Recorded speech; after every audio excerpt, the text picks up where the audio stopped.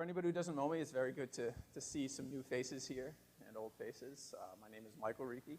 I've been working in higher education for about 17 years. I have a BS in computer science, master's in electrical engineering with concentration in secure network design. Happily married, 4 children under the age of 6. I've been working at New Jersey Edge for a little over a year now with Jim Stankiewicz, who's the principal network architect. So although I've been classically trained as an engineer, I've strived to keep myself well-rounded and involved with business strategy. So let's get started. I figured I'd write it as a quote, since I had to come up with something. A step towards advancing security maturity is to utilize information discovery techniques to obtain the right information that will aid in identifying the security controls that are critical to your organization. This is why we're going through this exercise. We are not doing it because someone else is or it's in the news. We are doing it because it serves a business purpose within our organization. So by attending this session, I hope that you find value in the EdgeSecure Resources being presented today. So what will be the purpose of performing the analysis in our security program? We should start off with some goals. How about 6? Sounds good? Everybody happy with 6 goals? So goal number 1, let's determine security-related activities important to business strategy and service delivery. Question here, does everyone have or know about your institution's mission statement? We need to align with that. Number 2, prioritize investments on maintaining cybersecurity risk. I'm pretty sure everyone has an investment in a firewall, maybe network access control, intrusion detection systems, training, more, things like that. You need to prioritize those. Determine how to best enable your workforce to fulfill their cybersecurity roles and responsibilities. Assess the effectiveness and efficiency of your use of cybersecurity standards, guidelines, and practice. Are we using the standards? Are they working? Assess the cybersecurity results you achieve. Identify priorities for improvement.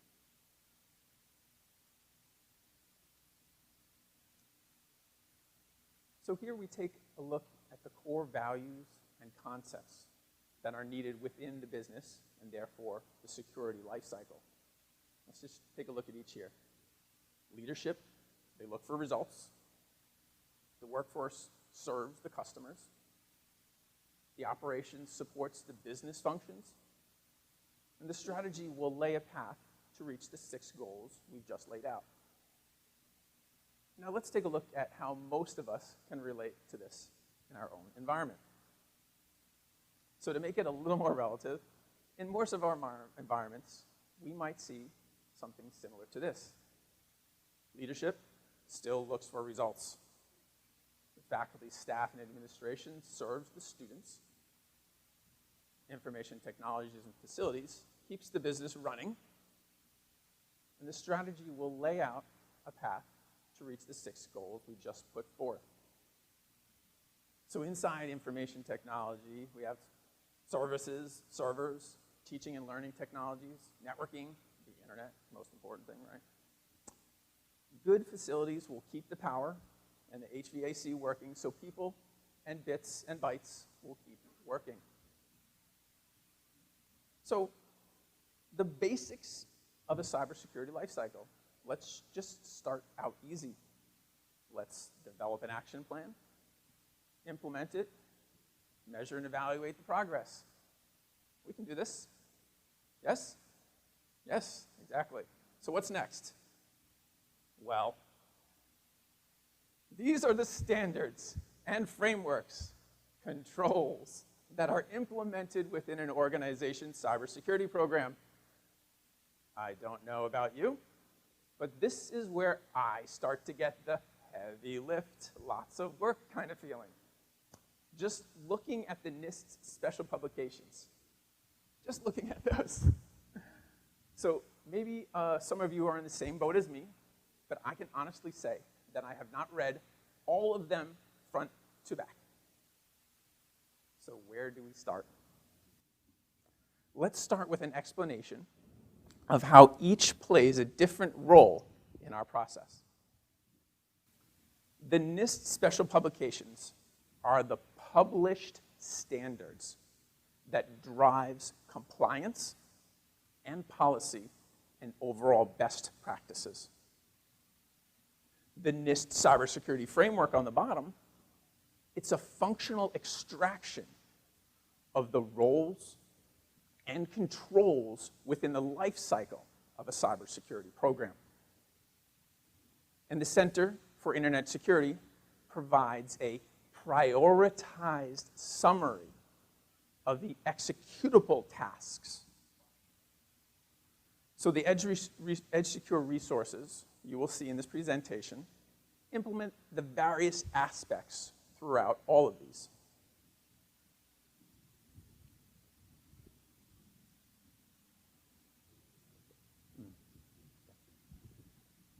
So here we take a deeper dive into the structure of the NIST SP 853 security controls to see how the controls are broken out.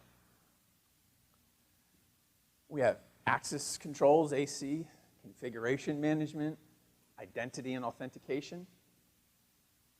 And we see below the Center for Internet Security, the top 5 critical security controls.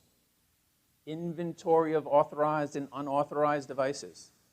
Inventory of authorized and unauthorized software. Secure configuration for the end devices. Continuous vulnerability and assessment and remediation. And controlled use of administrative privileges.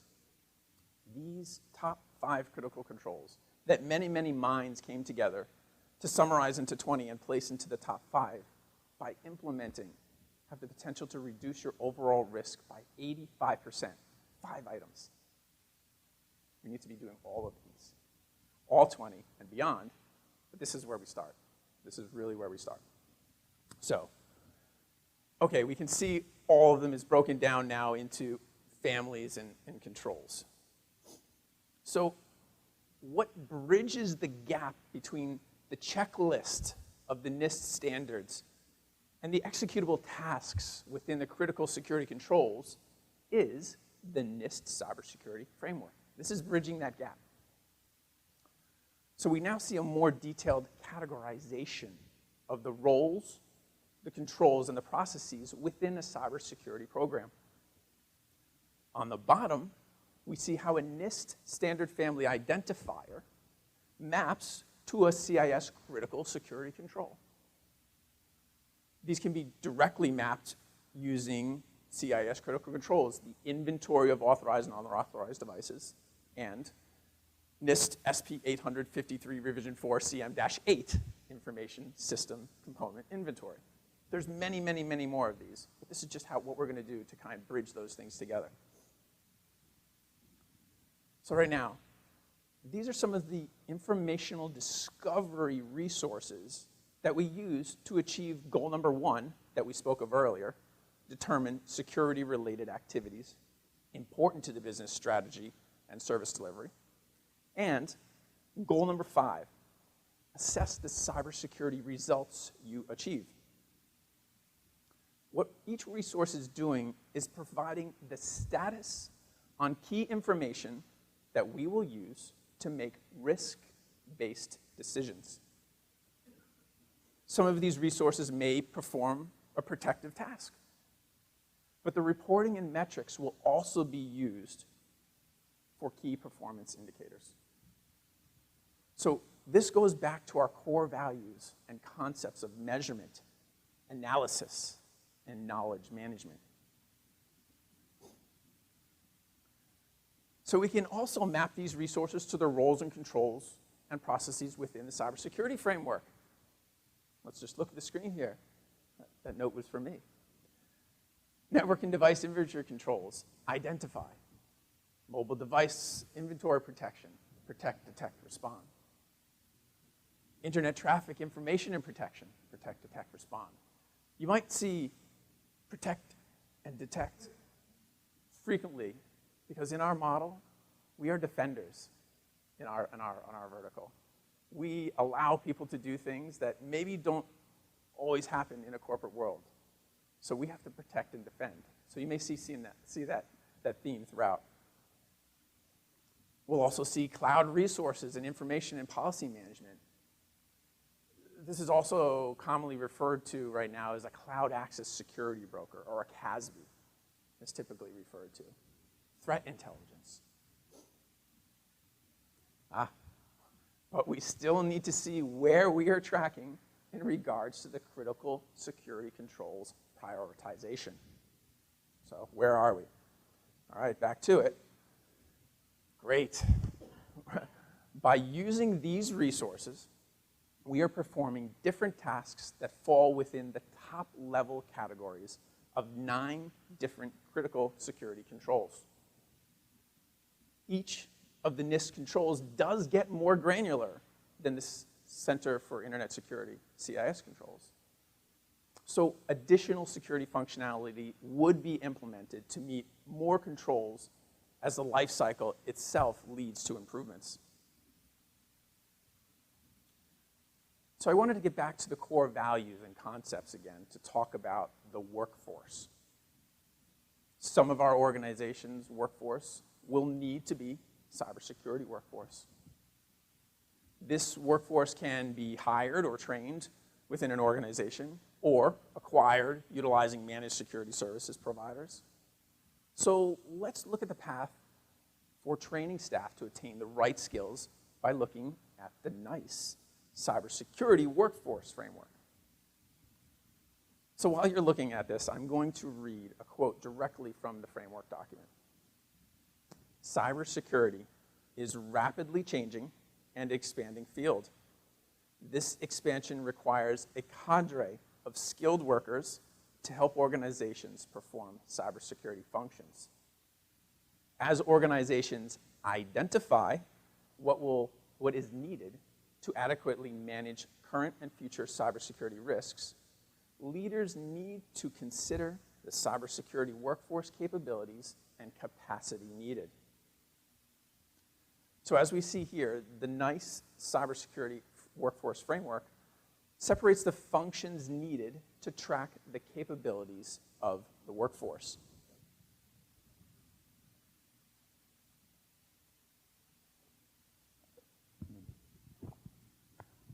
So now we have a workforce categories or job or career track that individuals have knowledge, skills, and abilities associated with them.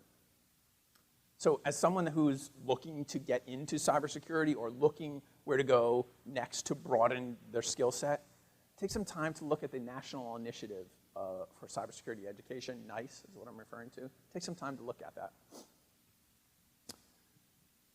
So now we can complete our view on the workforce job categories that we would need to support these resources. Network device inventory and vulnerability assessment. Identify, you need to protect and defend. Here comes that theme. Mobile device inventory protection, protect and defend. Endpoint protection, protect and defend. Internet traffic, protect and defend. And it goes on.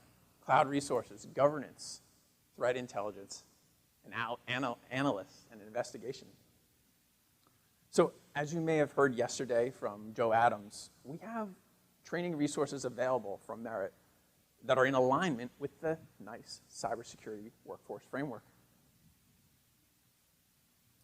So let's look at an interactive sample of what information and asset discovery vulnerability profile report provides to us.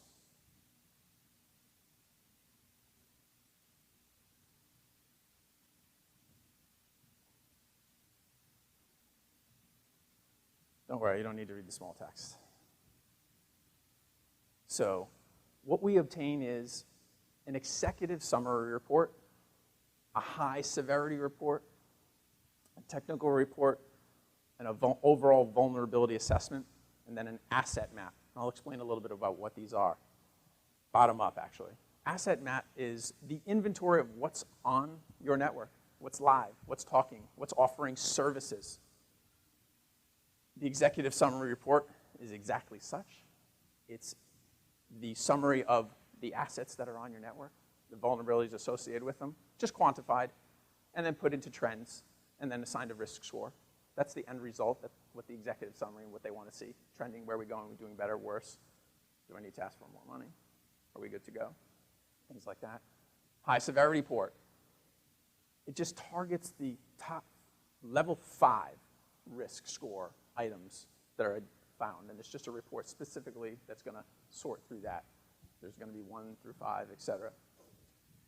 A technical report, which allows you to interact with it and say, oh, I'm working on it. This is the state of it, so that you can go to this technical report and it actually has information on the status of whether a team is working on it or not. And then the overall full vulnerability assessment, which is going to list everything, whether there's a service that is a level 5, level 4, level 1, where there's the potential of a vulnerability, and things along those lines. And we'll go through, and I'll look at each one of those. So just to look at an example of the map results. What you'll see down here is listed. This is a scan of all of the assets within a particular asset scan. It's going to list a particular IP address. It's going to list a DNS name that's associated with it. It's going to list the discovered services and ports that are running on it. It's going to put this all in a database, and it's going to store it and trend it every time you run it. So you're going to be able to answer that question. What's on my network? As of this date, this was what was on it. These were the services that are running. You need to have that information. That's number 1, inventory. Here's a sample look at the executive summary report. It's going to assign a business risk. It's going to give you a summary. It's going to say, here's how many level threats I have. What's the percentage? Where are we trending? Up, down? Every time you run it, the trend will go, and it'll show. And this is what you want to show executively. Here's the technical report, where someone would come in and say, all right, I see these are all the severities. Here's all the operating systems that are categorized and broke out. How many do I have? How many OSs? Here's all of the services by quantity. Wow, there's a lot of RPC services running, 12 SSH servers running, things like that. And then it's going to come down here and give you an interactive screen of all of the details of the vulnerabilities. I'm going to have to zoom in on this, I think, so that everyone could see it, and I'll continue to explain. So what this is this is going to give you the CVEs on the vulnerability that was found. This one in particular is a Microsoft SMB server remote code execution vulnerability. It's going to tell you all about the threat itself. It's going to tell you about the impact it may have on your organization. It's going to provide you links and solutions, like if it's a firmware update, a patch, things along those lines. And it's actually going to provide you, well, here's all of the real and live exploits that are publicly known for these that people are just using against this. And they're real. They're not just, oh, this is what somebody could do. These are what people do use. These are frameworks that people do use for exploitation. So within the scan results, there's different categories of levels, red, yellow, and blue here. So we see the vulnerability levels of severity, red, yellow. Red ones are confirmed. These are vulnerabilities. This tool has tested it, and they're confirmed. These are vulnerable. The potential vulnerabilities are, there could be a patch on this that doesn't show and how we can analyze it. These ones need to be checked. They're not less critical. They just need to be checked. Say, oh, that patch was applied, things along those lines. And then there's information gathering. Sometimes overlooked, but maybe you don't want to expose your DNS zone to outsiders or insiders, things like that. So it may show I'm able to get that information. And then we have, this is the overall full summary report where every vulnerability is listed, everything is tabulated and assigned a risk score for all of them. Again, going through the operating systems, going through all the services that are running. And then you'll see now you'll see here where that same vulnerability had 4 level 5 vulnerabilities associated with it. 3, 2 of those, 2 2s, and 1 1. But it also had potential vulnerabilities that were level 5 that we need to look into. And then we have a high severity report. Again, this was just a report totaling the level 5 one. So you're able to say, well, here's my security average and a business risk score based off of just level 5s. So it's just another metric that we're able to use of where we're at on the critical items. Let me come back over here. At the end, or you can ask Gary, absolutely. Yes, that is correct. That's the vulnerability assessment platform that we use.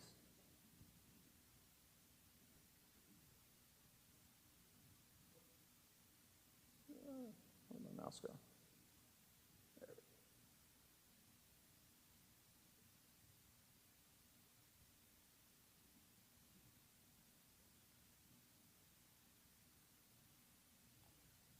we go. Bear with me, I lost my screen. There we go, let's see.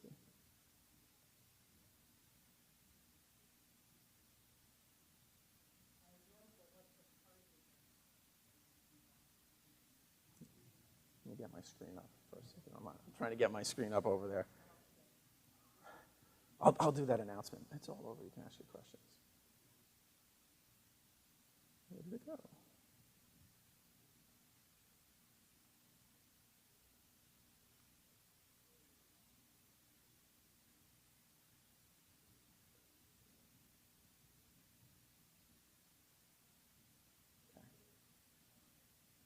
Now I think I got it. Okay. So that's good timing. That concludes the presentation aspect of this session. To start receiving a quarterly asset discovery or vulnerability profile, or to learn more about the additional solutions that include the other 7 resources, you can visit the booth, you can find me, or you can contact EdgeSecure at njedge.net. I will be now opening for any questions or comments or feedback that's welcome. Questions? Not yet. Or on the record, off the record, anywhere.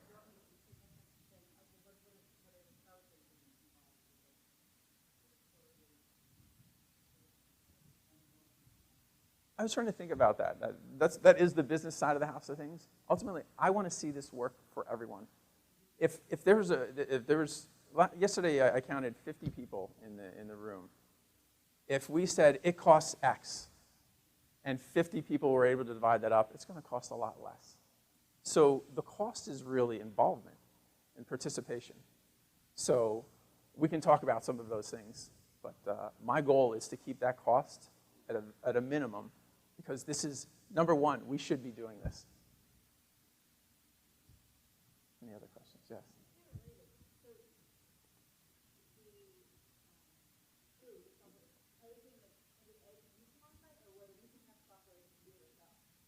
Well, see, that's why the mentality behind this and a lot of the thinking is geared for a mixed audience.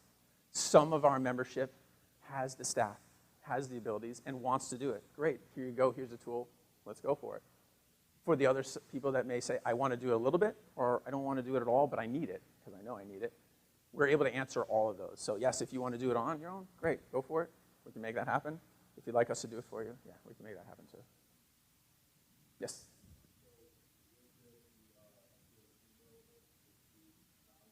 You mean, do you want to see it once? I'm sure we can make that happen. I'll talk to them.